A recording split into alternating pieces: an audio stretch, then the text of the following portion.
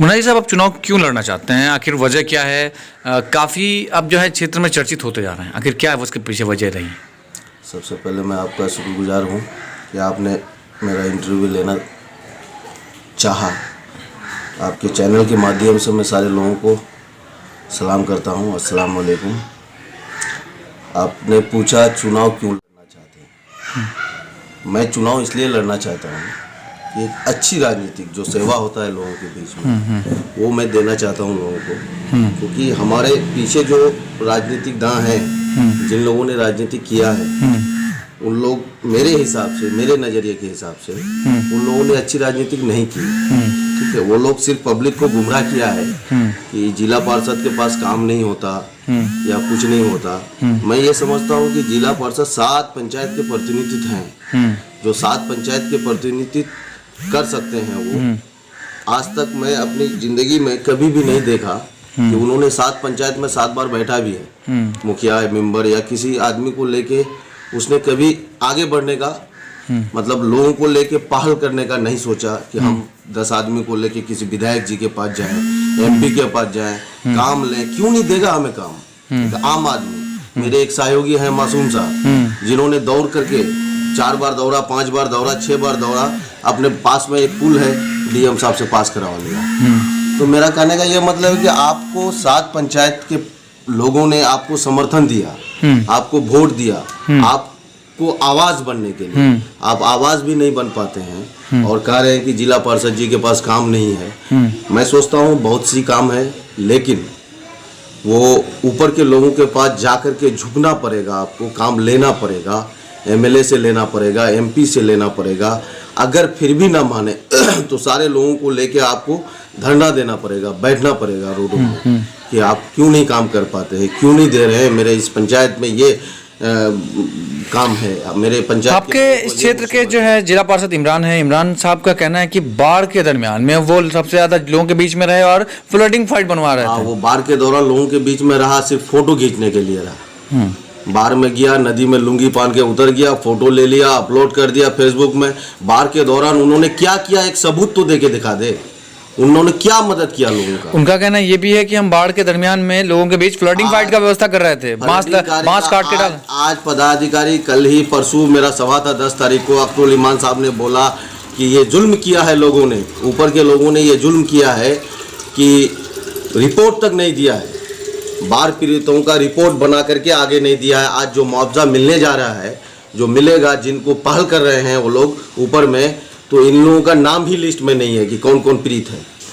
तो ये किसका काम था? ये प्रतिनिधित्व का काम नहीं था? ये जिला पार्षद जी का काम नहीं था? क्यों नहीं लिस्ट में नाम आया लोगों का? 10 घर कटा, आज उसका लिस्ट नहीं है, क्यों नहीं है? इसका कौन जवाब देगा?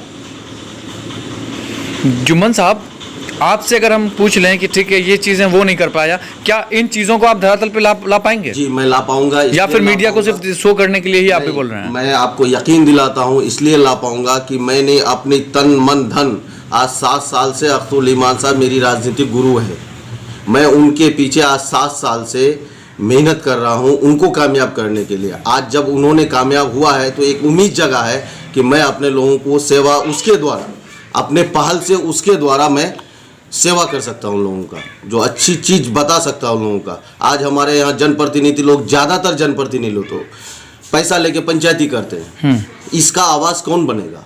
आप 7 पंचायत का प्रतिनिधित्व करते हैं साहब, इसका भी तो आवाज़ बनिए। आपने कई मुखिया को लेके कभी बैठा, कई मेंबर को लेके बैठा, इसका जवाब दीजिए लोगों को।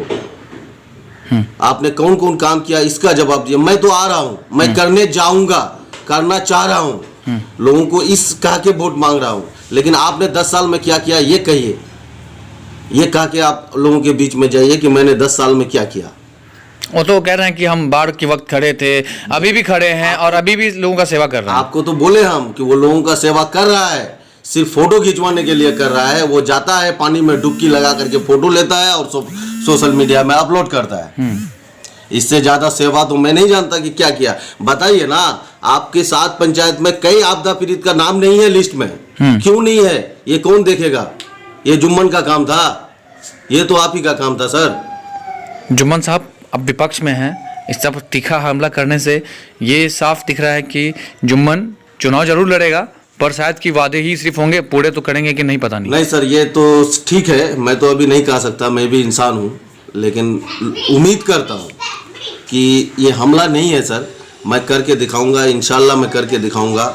लोग मुझ पे भरोसा करें, मेरी पार्टी पे भरोसा करें, और यकीन जानिए मैं पैर पकड़ना पड़ेगा ऊपर के लोगों के पास तो पैर पकड़ूंगा एमएलए साहब का, अब्दुल ईमान साहब का, कि मेरे मतलब पंचायत में, मेरे सातों पंचायत में ये मुसीबत है, इन सब को दूर करने। बाढ़ से जूझ रहे लोगों का क्या करेंगे? सबसे पहला क्या एजेंडा होगा? हर बार बाढ़ से आपका क्षेत्र, आपका खुद का होम गृह पंचायत महसबतना है, वो हमेशा बाढ़ के चपेट में होता है, उसके लिए क्या रहेगा? पंचायत महसबतना, मैं जिस वार्ड से आता हूँ, शायद मेरे नज़रिए से अगर उस वार्ड में 2 महीने में काम नहीं हुआ तो इसी बार मेरा गांव फिर से कटाव ग्रस्त हो जाएगा, मतलब फिर से गांव कट जाएगा।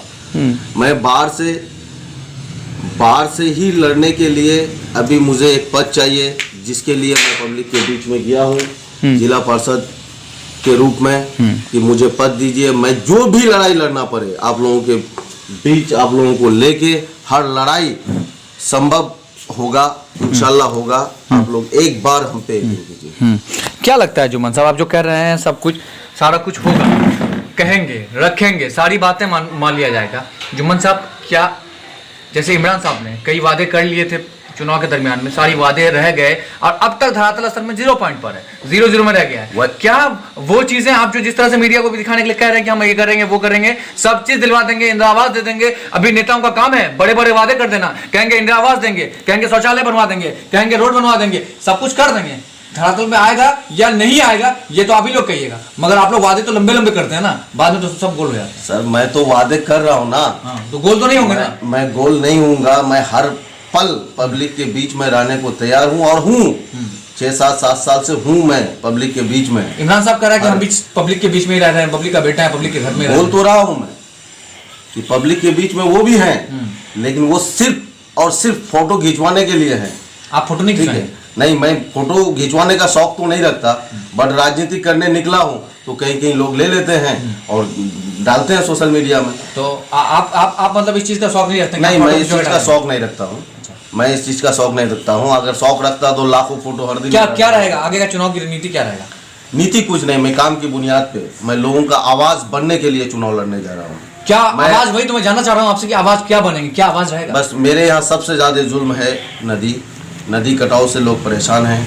आज हमारे यहाँ नदी कटाव से इतना लोग परेशान हैं कि अगर एक मैयत हो जाए बरसात के दिनों में तो लाश को ले आने के लिए वो पानी से डूब के लेके जाना पड़ता है लाश।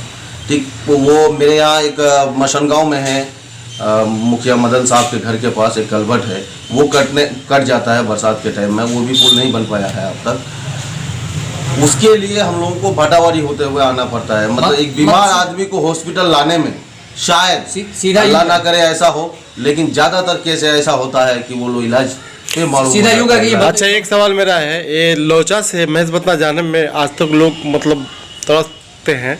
उस रोड का शिलान्यास किए थे माननीय क्या विधायक जी, लेकिन आज तक उस रोड का शिलान्यास ही रह गया, रोड बना नहीं। आखिर इसका रीजन क्या है? हाँ, रीजन है, इसका रीजन ये है सर, उस शिलान्यास में वो ठेकेदार जो पूरा रोड हुआ था वो मतलब कम्युनिकेशन नहीं रहने के कारण, क्योंकि नदी कटाव ग्रस्त है वो जी, इसके कारण ठेकेदार उसको ना पूरा करके छोड़ के भाग गया। उसके बाद फिर टेंडर हुआ, फिर ठेकेदार भाग गया। उसके बाद विधायक जी हम बहुत प्रयास किए हैं उस रोड में। विधायक जी हम लोगों को जाके बोले हैं कि 10 आदमी से जमीन वाले से लिखवा दो स्टाम्प पेपर में, हम रोड पास करवा देंगे। हमने लिख के भी दिया, लोगों को सब कुछ किया, लेकिन उसके बाद तो फिर इलेक्शन हो गया, नया विधायक जी आ गए हैं, फिर मांग किया है हमने। उस दिन अंजार नईमी साहब जाके पब्लिकली अनाउंस किए हैं कि ये रोड पास हो गया है, मतलब वो बांध के ऊपर ही बनाया जाएगा जी, कार्य होना है बहुत जल्दी। अप्रैल तक उन्होंने वादा किया है कि ये काम शुरू हो जाएगा। अगर ना शुरू हो तो हम रोड पे बैठेंगे, इस काम के धरना पे बैठेंगे और वहीं बैठेंगे, सब आवागमन को ठप कर देंगे, मगर धरना पे रहेंगे। जुम्मन साहब, आपने साफ ठान लिया है कि विकास लेके आएंगे? जी, विकास जहां से छीनना पड़े हमको। अच्छा, अगर आप जीत जाते हैं तो पहला काम क्या करेंगे आप? पहला काम हम नदी जो पीड़ित है उन लोगों का मुसीबत को दूर करने का कोशिश करेंगे। बांधने के लिए जो लड़ाई लड़ना पड़े हम लड़ेंगे, क्योंकि अभी मतलब हम लोगों के उधर सबसे ज्यादा अगर मुसीबत झेल रहा है कोई तो वो बांध है। मतलब आप उस चीज़ को उससे ज़्यादा और कोई उसको- काम नहीं है हमारे इलाके में। आप चाहेंगे कि जल्द से जल्द सब चीज़ें जी, ठीक सुधार हो। जी, जी। चलिए बहुत बहुत शुक्रिया। हम बात कर रहे थे मुनाजिर आलम उर्फ जुम्मन साहब से, जो जिला पार्षद जो हैं, इस बार जिला पार्षद प्रत्याशी भी हैं। अभी से लगातार क्षेत्र में बने हुए हैं, लोगों से राब्ता कर रहे हैं। कैमरा पर्सन मोहसिन आलम के साथ मैं लाइव 24 न्यूज़ के लिए किशनगंज से मिन्हाज आलम।